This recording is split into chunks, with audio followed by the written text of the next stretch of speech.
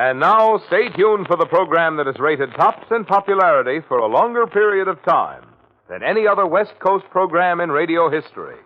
The Signal Oil program, The Whistler.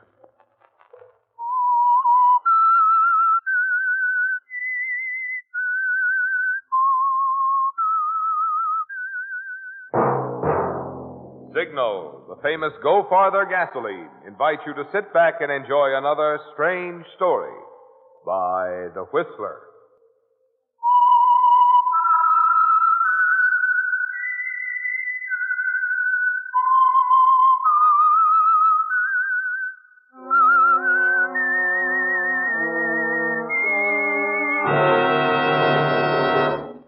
I am the Whistler, and I know many things, for I walk by night. I know many strange tales hidden in the hearts of men and women who have stepped into the shadows. Yes, I know the nameless terrors of which they dare not speak. And now for the Signal Oil Company, The Whistler's strange story, The Return.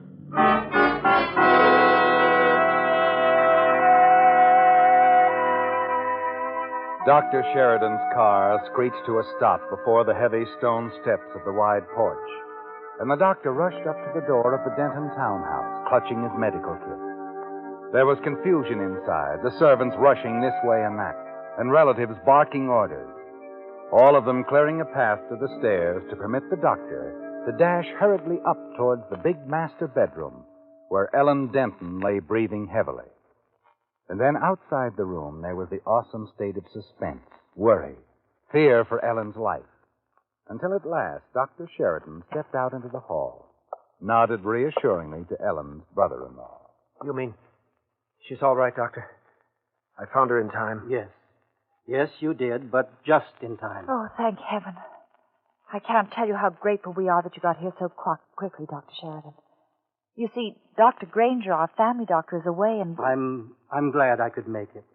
What I can't understand is why a relatively young woman like Mrs. Denton would try to kill herself. Why, she took enough sleeping pills... She's still in love with her husband, Doctor. You see, Mrs. Denton lost her husband about 8 months ago, Doctor. That's too bad. Was it sudden? Well, Jeffrey just disappeared. Ran away, I guess. Charles. Ran away? That seems odd under the circumstances. What do you mean by circumstances, Doctor?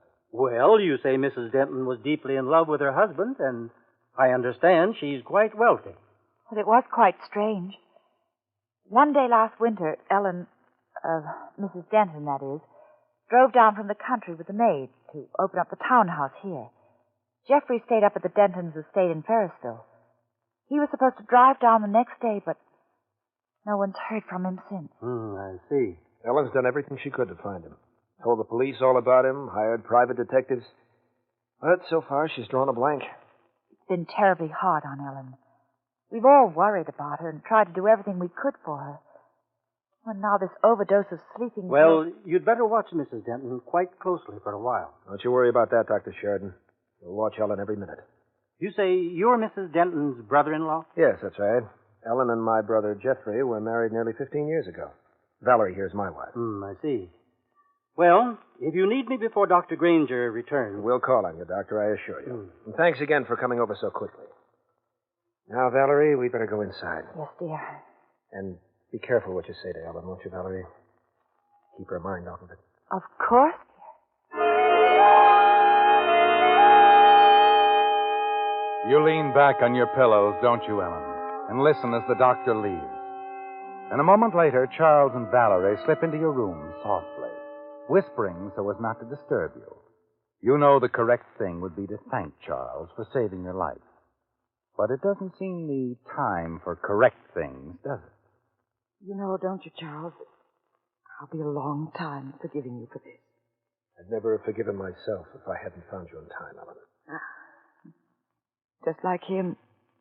Like Jeffrey. Kind, considerate. You're a fortunate girl, that. I think so. Oh, but you must get your rest, Ellen. Rest and... And what? Forget? Is that what you were going to say? Why, Never mind. Valerie, I'll meet you downstairs. Here, Ellen. Let me fix your pillow. Please, Charles, leave me alone. You stopped me. Prevented me from doing the one thing I could do that would make forgetting a possibility. Well, Ellen, Leave me alone. That seems to be the way the world wants me. All alone.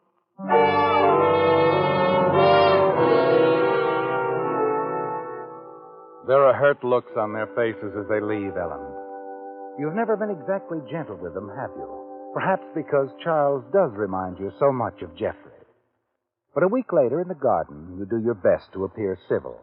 You're almost in good spirits until you have a visitor. There's someone to see you, Ellen, dear. I hope it's all right. Over here, Mr. Nathan. Fred Nathan. Well, it's been long enough. Yeah.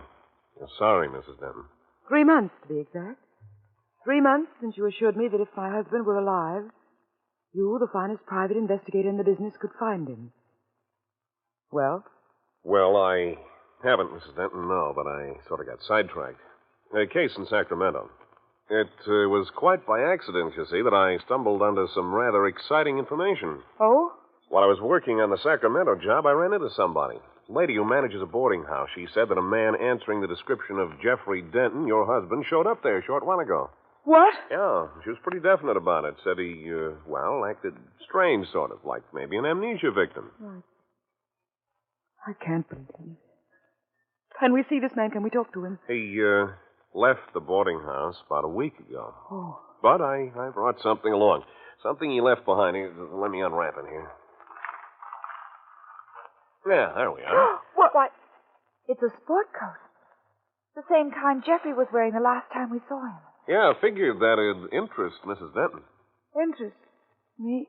Why, it's Nathan. I don't know what to say. Ellen? Here, now, don't do that. Oh. Hey, give me a hand here, lady. Yes, Mrs. of course. Denton's fainted.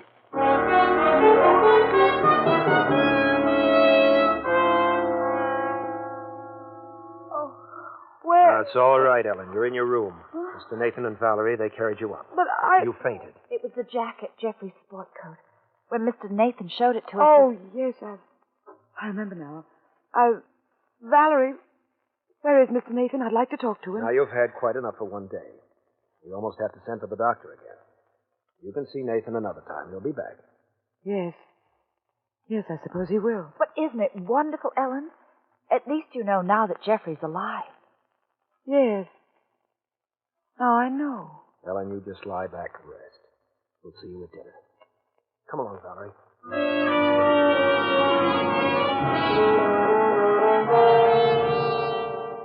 Well, Ellen, it's a shock, isn't it? Jeffrey alive. That's what Fred Nathan said. But you don't believe him, do you? Because you're certain your husband, Jeffrey, was wearing that same sport coat the night you killed him.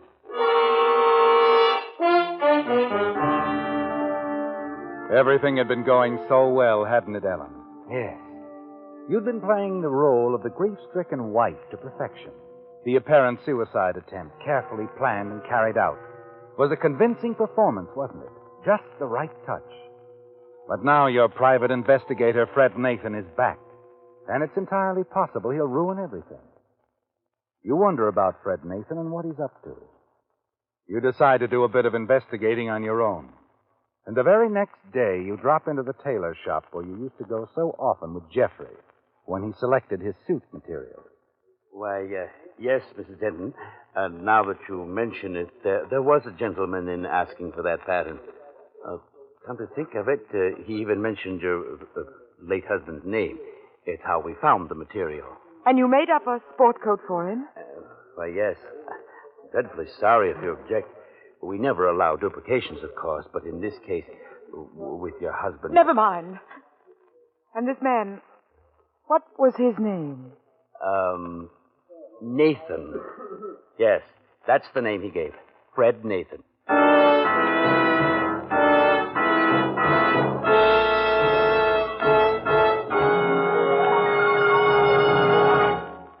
A Buick Super in the dashing new Riviera model is just one of 200 big prizes in the $10,000 Signal gasoline contest that anyone can enter. No purchase required, no box tops to send in. Yes, in addition, you have 199 other chances to win wonderful gifts. such as Packard Bell television sets, 6 of them, including Packard Bell's famous Telecaster consoles that turn at fingertip touch to most convenient viewing angle. 2 of the finest gas ranges made by O'Keefe and Merritt, with vanishing shelf and grill-elevator broiler. 10 Westinghouse vacuum cleaners, plus 50 Westinghouse pop-up toasters. Also, 10 solid gold case wristwatches by Helbros. Yes, there are lots and lots of chances to win in the big, exciting Signal contest. And here's how easy it is to enter. You know those Signal cartoon billboards you see wherever you drive? The one that's up now pictures an angry bride waiting at the church door for the groom, who is just arriving late because he ran out of gas. Well, all you need do is to write in 25 words or fewer what you think the bride is shouting at the groom. That's all there is to it. No purchases required, no box tops to send in, no tickets to save. Say, you just can't afford to pass up an opportunity like this to win really valuable awards. So ask any Signal dealer for free entry blank for Signal's big $10,000 contest.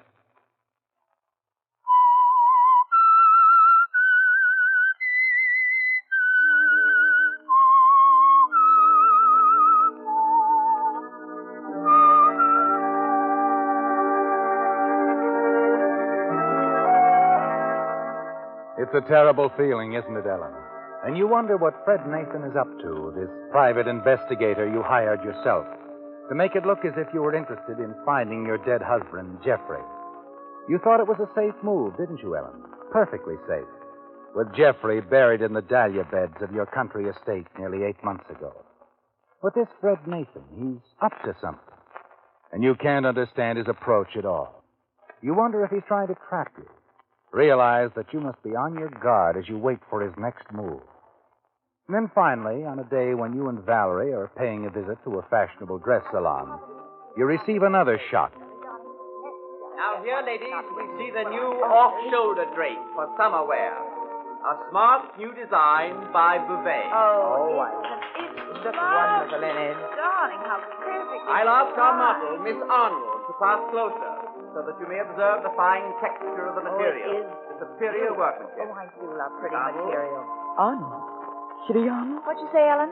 Oh, nothing. Oh, I like the dress, don't you? I have Valerie, I'm getting a headache. I didn't want to mention it, but, well, could we go? Well, of course, Ellen, at once.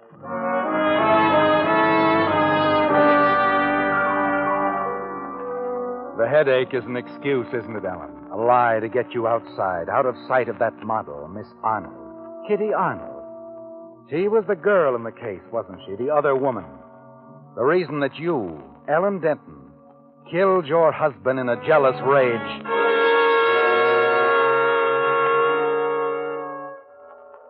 As you and Valerie drive on to the house, the memory of that night 8 months ago engulfs you. That night when you sneaked back to the estate, saw Kitty leave with the side door, the quarrel, and then finally Jeffrey lying dead at your feet. And now Kitty Arnold, who was supposed to be in New York, she's here. And you wonder if it has anything to do with the private detective, Fred Nathan. You're still thinking about it when you arrive at the house. There, Charles has some news for you. Fred Nathan was here, Ellen. Left just a moment ago. Oh? Uh-huh. Wanted to see you. I told him I didn't know when you'd be back. Was it about Jeffrey? Well, yes. Said he'd run across another lead. Told me to tell you that he's taking the 8 o'clock plane to Los Angeles. He seemed to be quite excited about the whole thing. I wonder what Jeff is doing in Los Angeles. Well, Valerie, we aren't certain he's there. But Mr. Nathan seems to think so. Well, yes. Why, Charles? Well, I don't know. Nathan didn't go into that, Ellen. Oh, That's entirely possible, you know. Jeff was in business there years ago. Knows the city, has friends. oh, yes. Yes, of course. Oh, Ellen, I just know Jeff will turn up soon. You'll see. Of course he will. Well, come along, dear. We better freshen up before dinner. Charles, be a darling and see to the cocktails, will you? Already taken care of that, now. Well, I hope you remembered I told the cook we're having an early dinner. Oh, of course. She's been sulking around the house ever since. You know how she hates to have a routine disturbed. Early dinner? What is all this, Valerie? Well, have you forgotten, dear? We're going up to Ferrisville for the weekend. Charles is going there tonight to get things in order. Oh, yes, I had forgotten. Gosh, I suppose we could all go tonight for that matter and help Oh, Charles. no need of that. I could manage. No, I couldn't go, not tonight. Oh? No, you see, well, as I said, it completely slipped my mind. I made several appointments here in town for tomorrow morning. Oh, you couldn't cancel them, I suppose. No, not very well. You run along with Charles. I'll drive up sometime tomorrow afternoon. Nonsense. I'll stay here with you, dear. You can manage, can't you, Charles? I said I could, Val. Well, of course you can. Well, it's all settled then.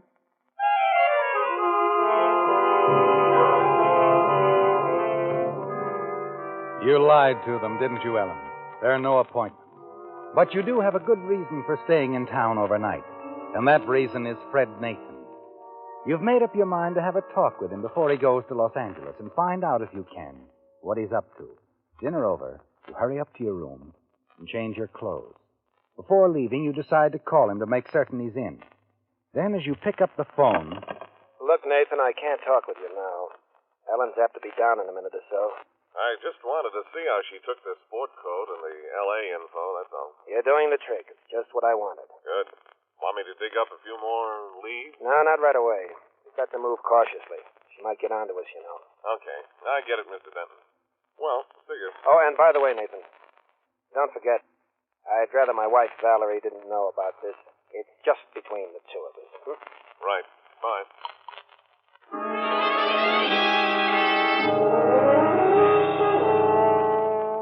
You can't believe what you've heard, can you, Ellen? But as you replace the receiver, the whole picture becomes clear to you. Charles, he's in on it with Fred Nathan. You realize he suspected you all along, and now he's trying to trap you. Expose you as his brother's killer.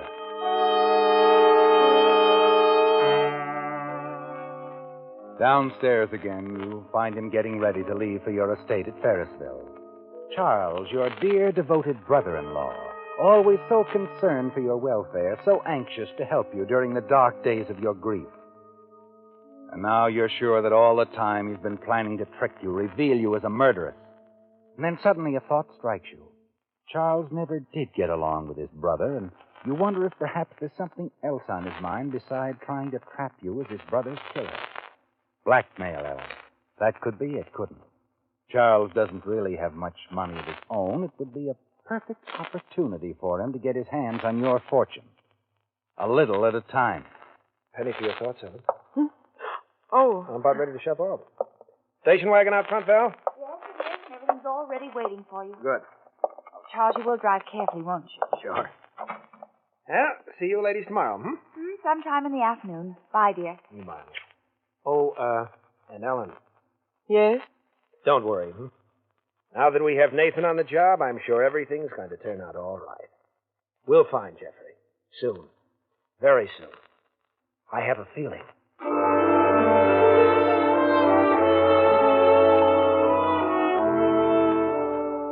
He's clever, isn't he, Ellen? And as you watch the station wagon drive away, you wonder how close Charles is to the truth, don't you, Ellen? What he really meant when he said Jeffrey would be found soon. Long after he's gone, you pace the floor of the library. Valerie has gone upstairs to bed, and you're glad she's out of the way so you can slip over to see Nathan.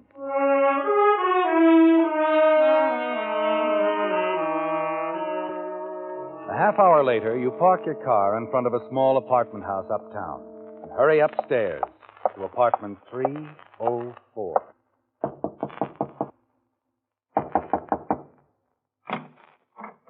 Why, Mrs. Denton. May I come in, Mr. Nathan? Well, sure. Thank you. This is an unexpected pleasure, Mrs. Denton. I heard you were at the house this afternoon. Yeah, that's right. May I sit down? Sure. Sit down, Mrs. Denton. Thank you. Charles, my brother-in-law tells me that you have a new lead. Yeah, that's right. New lead. Fix your drink, Mrs. Denton? Thank you, no. What makes you think my husband is in Los Angeles? Well, I've had a friend of mine checking a few things for me, Mrs. Denton. A fellow up on that Sacramento lead. I see. Sent him your husband's photograph. He's been showing it around in L.A. Nurse in one of the emergency hospitals down there thought she Hospital? recognized... Yes, only some man tapped by an auto. As it turned out, he wasn't seriously hurt. He was released the day after the accident. Then you know where he is now. No. No, you see, the address he left turned out to be a phony. Yeah, phony. Oh, I see. That's why I thought I'd better run down there myself, take over. Yes, of course, and you'll spare no expense. I'm a wealthy woman, Mr. Nathan. I can afford to pay your price, whatever it is. I know, Mrs. Denton. We'll find your husband. Don't worry about that. Of course, it might take a little longer than we expect. I'm prepared for that. I'll make it well worth your while, Mr. Nathan. Sure. But we haven't discussed your fee yet, have we? No hurry. I'm a pretty reasonable guy when it comes to finances. Perhaps we could talk it over now. Well, sure, but I really don't have much time. You know, I got to catch that 8 o'clock plane to L.A. Oh, yes, of course. I'd forgotten. Now, leave it to me, Mrs. Denton. Just leave it to Fred Nathan.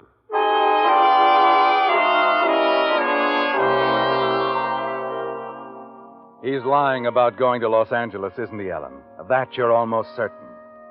Yet you're a little puzzled as you leave his apartment, not quite sure what he's up to. He acted strangely, didn't he, when you mentioned money, his fee, your willingness to pay his price. It was an opening for him, but he didn't take it. Perhaps he wants more time to think it over.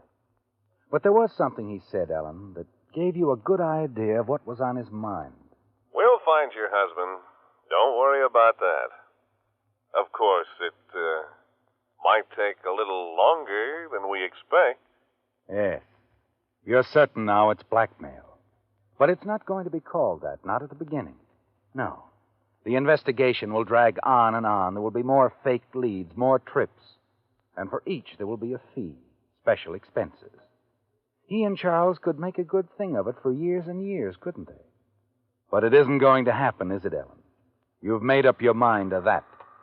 You hurry out into the street, slip in behind the wheel of your car, and sit there to think things out.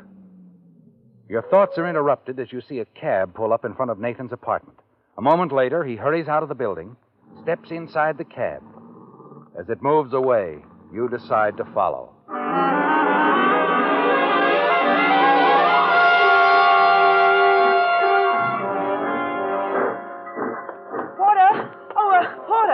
Yes, ma'am. That train just pulling out, is that the one to Los Angeles? No, ma'am. That's the northbound. Greenpoint, Valley Town, Ferrisville. Ferrisville, I see. Thank you.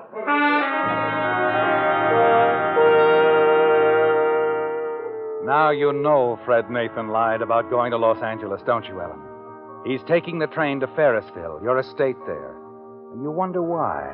And then suddenly you remember. Charles, he'll be there. Yes, probably Charles' idea, wasn't it? To drive up to the estate tonight and meet Nathan there. They're up to something, aren't they, Ellen?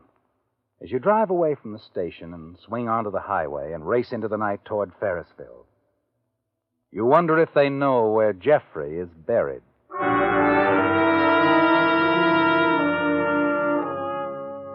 It's almost midnight when you reach the deserted railroad station at Ferrisville. Reach it less than a minute before the train from the city pulls in. A single passenger gets off, Fred Nathan. As the train starts to roll again, you see Nathan walk across the platform and then into the waiting room. You move along the platform, keeping well in the shadows, and then stop near an open window. Yeah. You can hear him Yeah, that's inside, right. talking on the phone. Yeah, I just got in, Mr. Denton. Huh? Yeah, I think we better make sure where we stand before we make another move. No, tell you about it later. Yeah, okay. I'll wait for you. They're going to make sure, aren't they, Ellen? You know what that means, don't you? You step back into the shadows as Nathan comes out of the waiting room, walks past you.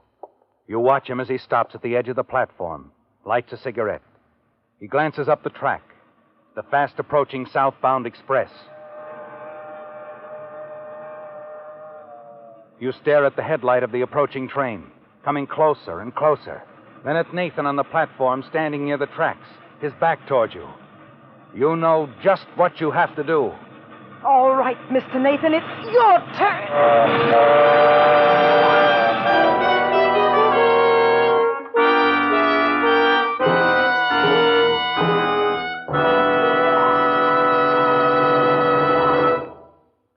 For the lucky lady who wins the three-piece Apex automatic laundry in Signal's big $10,000 contest, Monday isn't going to be Blue Monday anymore.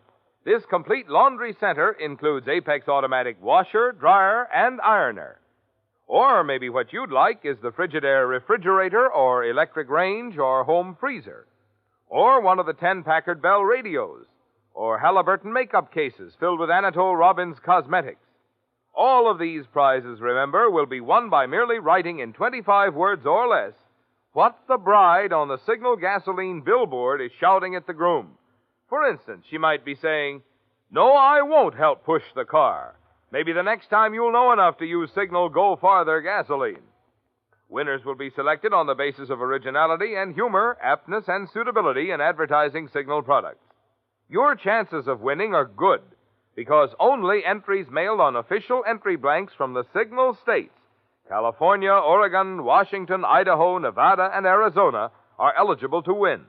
So don't miss this chance at a free Buick or other valuable prizes. Stop by your nearest Signal station tonight or tomorrow, sure, for your free entry blank.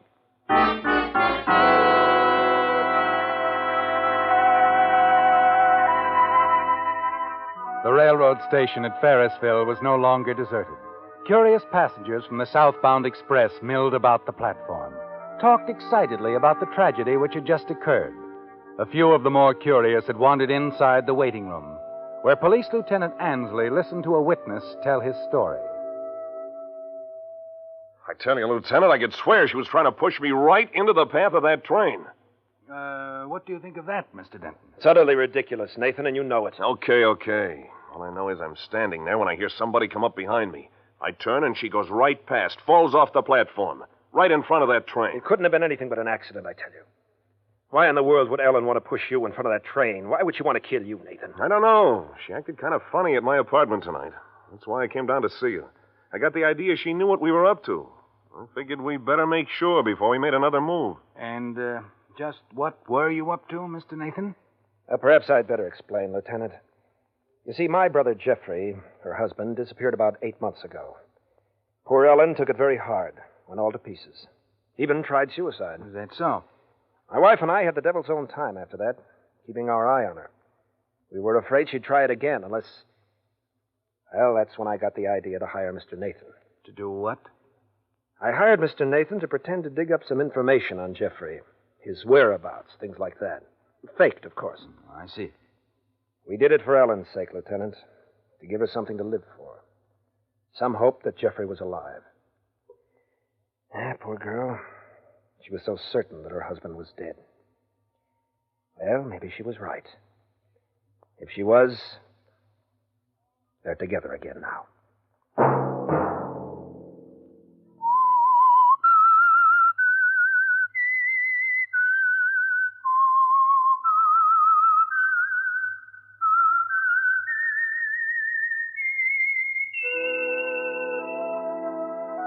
Let that whistle be your signal each Sunday for the Signal Oil program, The Whistler. And this week, be sure to enter Signal's big $10,000 contest. 200 valuable prizes include a new Buick, Apex automatic laundry, Frigidaire refrigerator, electric range or home freezer, Packard Bell television set, O'Keefe and Merritt gas range, and many others. Just ask at your nearest Signal service station for an official entry blank. It's free, no purchase required. Featured in tonight's story were Bill Foreman, Betty Lou Gerson, David Ellis, Rye Billsbury, and Francis Robinson. The Whistler was produced and directed by George W. Allen, with story by Joel Malone, music by Wilbur Hatch, and was transmitted to our troops overseas by the Armed Forces Radio Service. The Whistler is entirely fictional. All characters portrayed on The Whistler are also fictional. Any similarity of names or resemblance to persons living or dead is purely coincidental. Remember at this same time next Sunday, another strange tale by The Whistler. This is Marvin Miller speaking for the Signal Oil Company. This is CBS, the Columbia Broadcasting System.